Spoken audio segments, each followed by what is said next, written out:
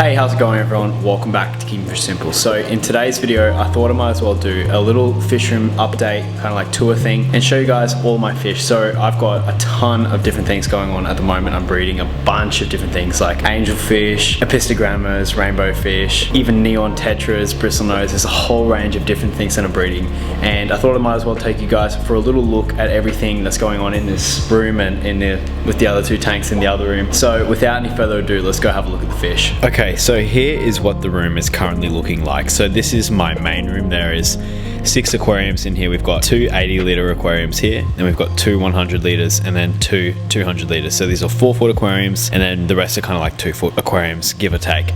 So basically I'm going to take you guys one by one through each one of these aquariums, and I've also got another 2 aquariums in the other room with some neon tetras and some little fry and stuff like that, which I'll also show you. So let's go start at this tank. Okay, so what you're looking at here is my 80-litre Epistogramma cacatoides double red aquarium. Now this is a planted aquarium. Obviously this is quite an established aquarium at this point. This is like going on 2 years now, and what we've got in here is my beautiful male Diesel here, which you guys named him, up in the top corner, and then he's got his girlfriend down the bottom here, and they've been breeding quite a bit. They've done quite a good job to make me quite a bit of fry, and I'm pretty happy with how this aquarium's going. So this is very, very low maintenance, this aquarium. This is a cheap eBay light.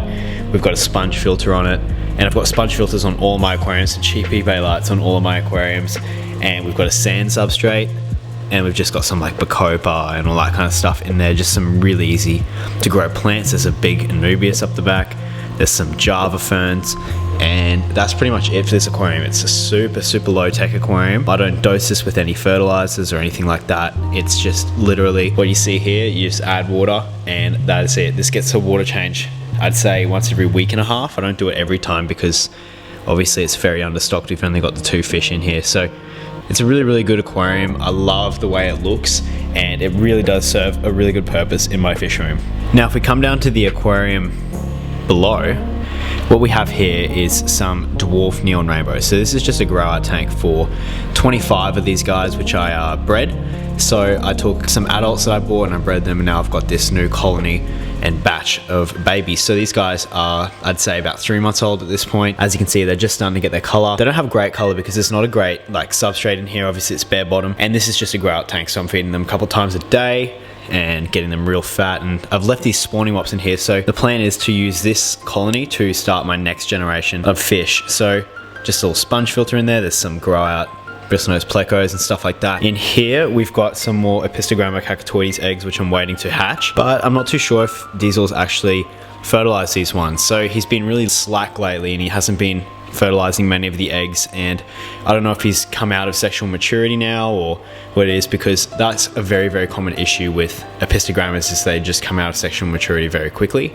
So I don't know what the deal is, but hopefully we can get like a couple fry, that'd be good. But that's really it for this aquarium. These are some Australian natives and one of my favorite fish. I recommend them to a lot of people to create some really cool displays. In my opinion, they're one of the coolest fish by far, because these guys all school, and if you put your hand up to the aquarium, they normally kind of figure out that there's a bit of food coming. So yeah, they're really cool fish. Now let me take you over to this monstrosity.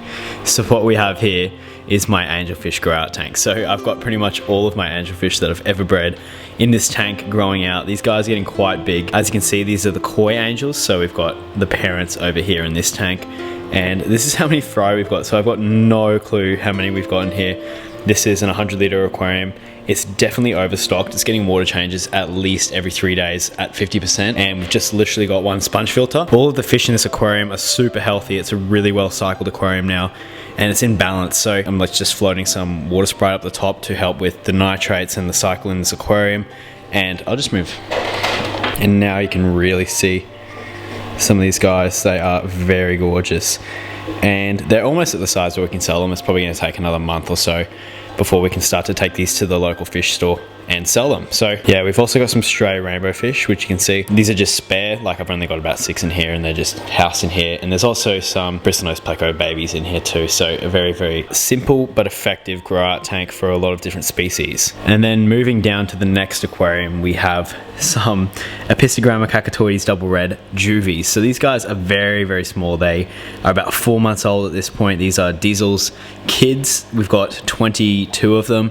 So not a great batch, but We've got quite a few of them and they're just starting to get their color, so very beautiful. I'm really satisfied with the breeding on these guys. They've been a real fun project and these were my first batch, so super exciting.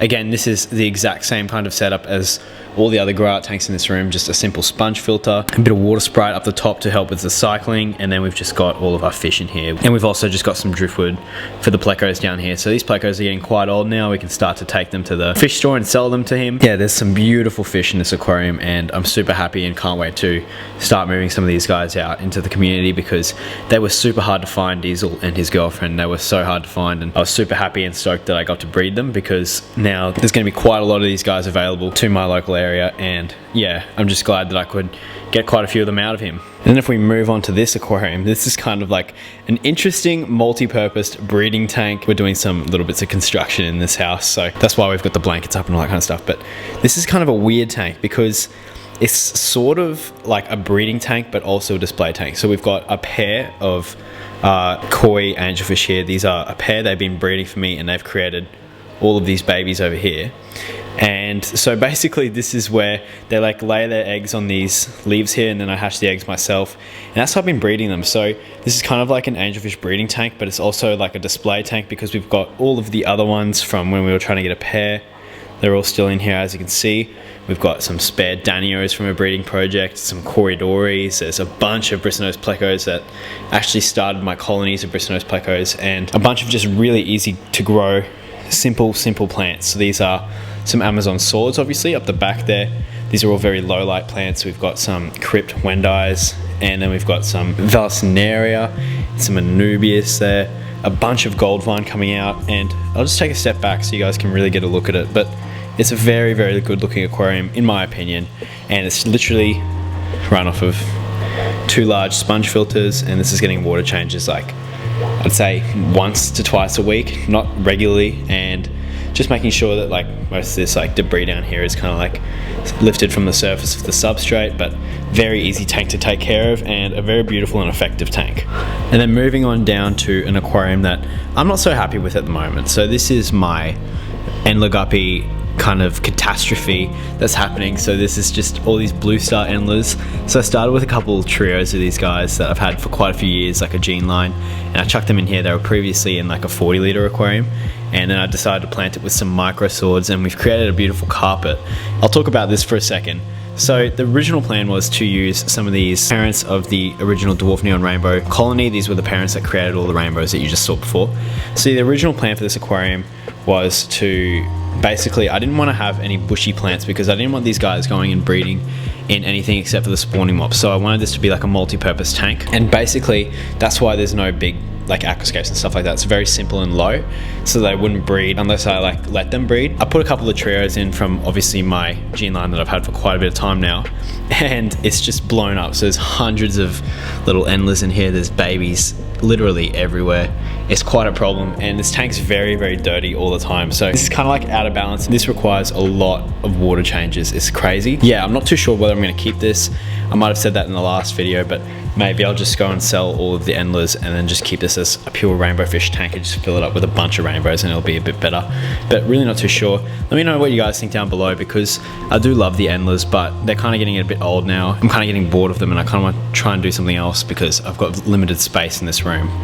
Then we can come to my last 2 tanks. So these are just some little breeding tanks. I would have loved this to be a little bit cleaner before I showed you guys this, but this is kind of like a 60 litre aquarium, and it's just housing 10 neon tetras that I was using for my breeding project. And these guys, obviously I'm going to continue to breed them. They're all doing very well. This tank's quite dirty because I've been like feeding it like crazy to try and get these guys as healthy and fat as possible, because I've noticed that neon tetras, when they first arrive from like wherever they've been shipped, normally the farms and stuff like that, they're quite skinny. So my main priority with these guys was to get them as fat as possible. So that's why this aquarium's a bit dirty, but we've just got a couple of breeder boxes here with some angelfish fry up here, which you guys can have a look at. So these are just some that I've hatched, and they're from obviously that tank that I was showing you guys before. And then here, nothing. So as you can see, yeah, there's just some neons and some Bristlenose plecos and all that kind of stuff. And then down here we've just got another batch of angelfish fry and some more Apistogramma cacatoides babies. This generation of Apistogrammas is quite young. These guys are very, very small, and I've got quite a few more than I got from the last batch. So I think I've got about more than 35 of these guys, which is really good. There's a ton of angelfish fry in here, and these guys are about a month and a half old now, and they're all taking brine shrimp and all that kind of stuff. And yeah, so these guys will be moved out of here soon. Once I clear out a tank in the other room, I've got to sell some stuff and make some room. Then this will be used for probably these fry. So you can see how the whole system's working. It's kind of organized chaos. There's never one thing going on, there's always a bunch of things going on, and I think everyone's fish rooms are kind of like that, or their fish tanks and breeding setups. So I hope you guys enjoyed this video. I hope you guys found this interesting. I hope you guys enjoyed seeing what I've got in my room and what's going on in the behind the scenes. And I know it's really, really hard to continue to like keep you guys updated because I'm always making other kinds of videos. And so anyways, thank you so much for watching this video, guys, and I'll see you guys in the next one.